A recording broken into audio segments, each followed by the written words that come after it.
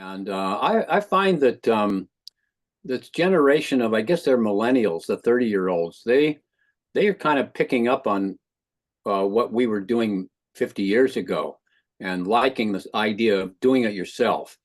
And the do-it-yourself part of it is like, I discovered in the 70s that you can't be self-sufficient. You can't really very easily, grow your own wheat and millet, and you can't fill your own teeth. And so but the idea is you do as much for yourself as you can. And it's like perfection. Like you're never going to get there, but you work towards it. So you still need human hands to build a house. And so I think that our message is still relevant. And whereas back in the 60s and 70s, everybody wanted to get 10 acres in the country and build a adobe house or a log house on it and have a garden. I think nowadays, if I were a young person, I would look around in small towns or in the cities, maybe in a neighborhood where they've just recently chased out the crack dealers, and find a house that needs work. And the advantage is you've already got water, electricity, and waste disposal on the site. And and I would look to make sure the foundation is solid, and then fix it up. Or if you live in an apartment in Manhattan, grow some parsley on your fire escape. Just do anything that you can, to create your own food and shelter. It's called Falusa, where I used to hang out as a kid and work in the rice harvest, and a town of 3,000 people. And I saw a little house. It was in need of some work, and it had a little kind of barn in the backyard, and it was like $150,000. But it's 105 degrees in the summer up there. So, and then a friend of mine bought a house in Oregon that was foreclosed for about $120,000 and fixed it up. And so, and people can live in school buses, or there's just all kinds of approaches that you can get out of these books. You see it coming. In the 70s, in my little town here, there were 30 to 35 of us building our own homes. There's not one person doing that now. My building permit was $200, and the building permits now with the Coastal Commission and everything are at least $50,000. Mm-hmm. So where I live, and I think anywhere, if you're within an hour or maybe even 2 hours of a desirable city like Manhattan or Seattle or San Francisco, you're not going to be able to build your own house because the codes are just too expensive and restrictive. So you have to get farther away. If I want to go to Nevada, I can buy 50 acres there, and there may not even be building permits required. So I didn't see it coming. But when you look back, resources are limited, and so it's a very different climate now than it was 50 years ago, when we had the Whole Earth Catalog and a network of people going, and when we published Shelter.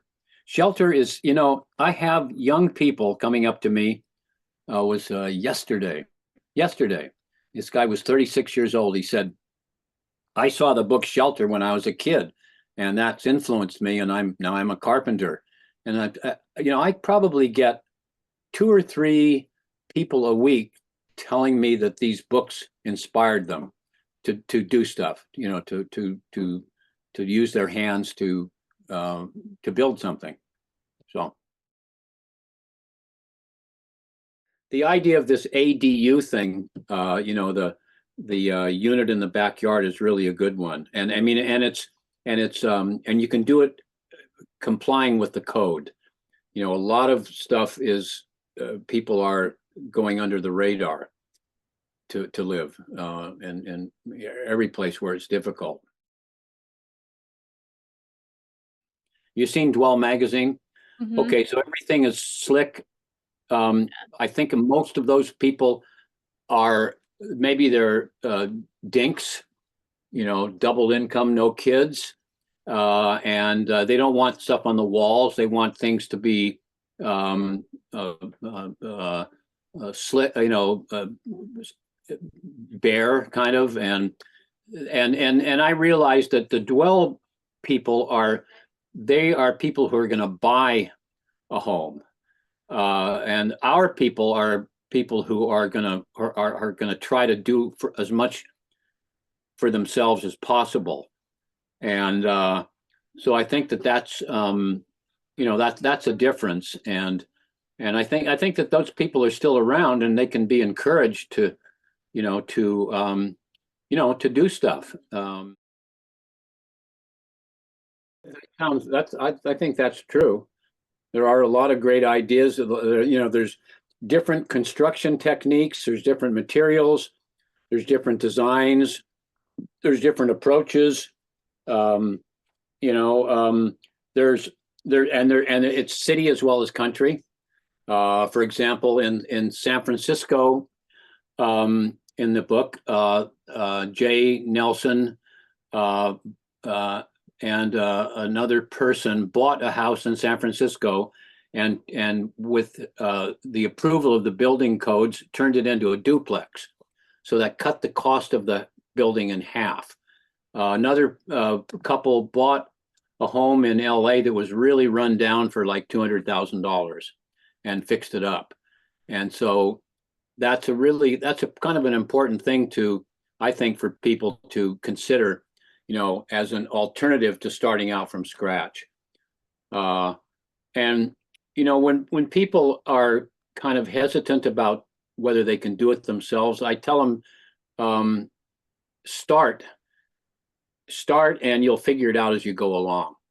I read Picasso recently. I read a quote. He said, "If I want to know what I'm going to draw, I have to start drawing." And so, I think the use of your hands is a very important thing, because I tell people your computer isn't going to build a house for you. I mean, they do have these machines that extrude houses from a computer, but I don't think that's not a very sensible thing, and it's not going to amount to anything.